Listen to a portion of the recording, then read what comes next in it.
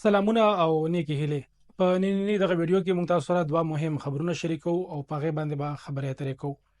لومبۍ خبر دغه دی چې د ایران صدر ډاکټر سید ابراهیم رئیسی 13 ورځ د هغوی هلیکاپټر د حادثې ښکار شوی و، په هغې کې د هغوی مرګ شوی دی.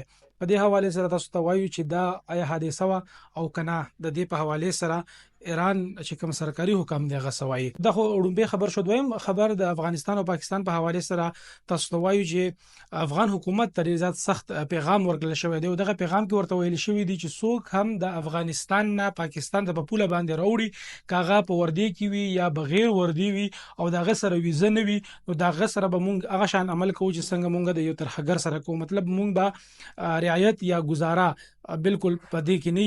نو تاسو خپل خلک چې کوم دی هغه کنټرول کړئ چې په بارډر باندې په دغه پوله باندې د افغانستان نه پاکستان ته نه راځي.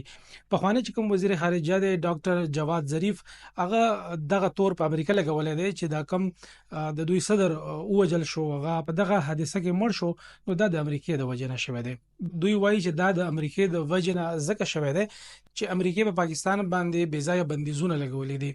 لکه په هغې کې دغه بندیز هم دی چې ایران به نه د بل ملک نه جهاز اخیستی شي، نه به ترې اسلحه اخیستی شي، نه به ترې هلیکاپټر اخیستی شي.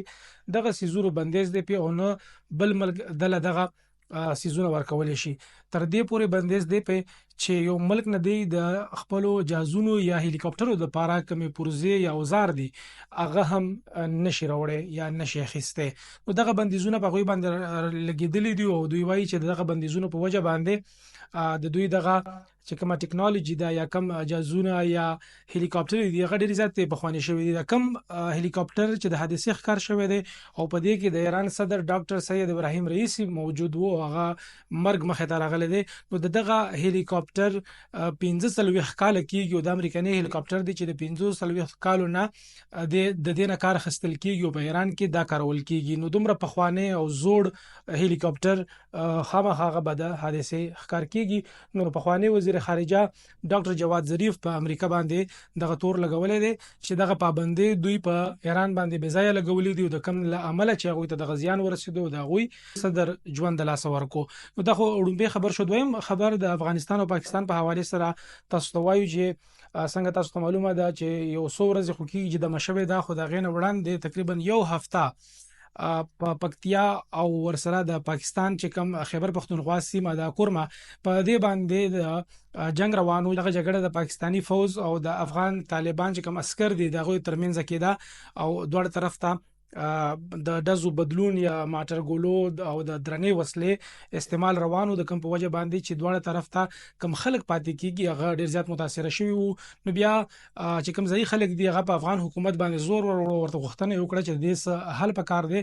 نو بیا خبرې اترې په دې کې شروع شوې، یو جرګه وشوه او دغه جرګه په کوم ځای کې شوې ده؟ دا په کورمه کې شوې ده او دغه جرګې مشرانه چې چا کوله یا په دغه جرګه کې چې څوک ډېر زیات وړاندې وو هغه پخوانی MNA او سره وفاقي وزیر سجاد تورو چې هغه په دغه جرګه کې ډېر زیات غوره لور لوبولی دی او هغوی دغه پاکستان چې کوم پیغام دی هغه افغانستان ته یا افغان حکومت ته وړاندې کړی دی او افغان حکومت ته ډېر زیات سخت پیغام ورکړل شوی دی او دغه پیغام کې ورته ویل شوي دي چې څوک هم د افغانستان نه پاکستان ته په پوله باندې راوړي، که هغه په وردی کې وي یا بغیر وردی وي او د هغه سره ویزه نه وي، نو د هغه سره به موږ هغه شان عمل کوو چې څنګه موږ د یو ترهګر سره کوو. مطلب موږ به رعایت یا گزاره بالکل په دې کې نه.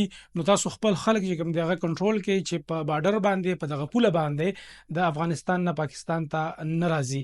نو دغه وجې نه ډېر زیات سخت پیغام ورته ملو شوی دی او د دې وجه دا کېدای شي چې خو دغه بارډر ډېر زیات اوږد دی او پاکستان چې کوم فوزي چارواکي دي هغه نشي کولی چې په دغه په مکمل توګه کنټرول کی او دغه طرف خلک را نشي. نو ورسره دویمه وجه دا هم دا چې پاکستان دا هم وایي چې افغانستان کې کم TTP دی هغه ته مرستې ورکول کیږي او د هغوی په لاس او په وینا باندې پاکستان ته راځي او دلته ترهګري کوي. نو دوی دغه پیغام دغه وجه نه ډېر زیات سخت ورکړی دی چې څوک هم پاکستان ته رانوځي بغیر د ویزې، نو د هغې سره به د ترهګرو په شان باندې عمل کیږي. نو دغه یو پیغام ورکړل شوی دی. د دې نه وړاندې داسې وو چې خلک به په دغه پوله باندې تلل راتلل، چې کله بارن نو لګېدل نو خلک به بغیر ویزه سحر بعد افغانستان نه خلک راغل په تورخم کې به مزدوري وکړه او بیا به ماخام کورونو ته تلل. یا د پاکستان کم خلک دي قبایل خصوصي توګه باندې کم چې په دغه ریجن کې ورسره پراته دي، په دغه ځای کې ورسره پراته دي، نو هغوی به افغانستان ته لاړو، د افغانستان نه به ماخام بیا خپل کور ته راتلل.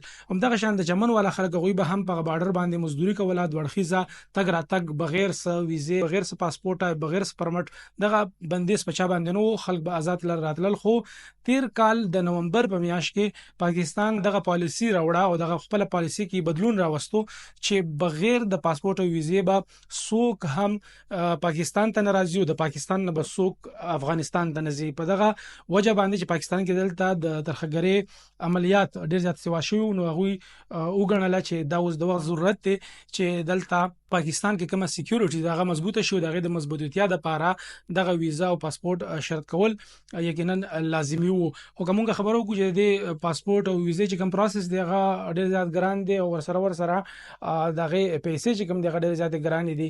کچره صرف د قانون لپاره د سکیورټي لپاره کې دی نو بیا خو دا خبره ټیک وا، خو لک په ارزان نرخ باندې او ورسره په سہولت کې کچره دا وینو دا بنور هم غوړه ویدان یو ځان له موجوده په دې باندې بیا چرته خبره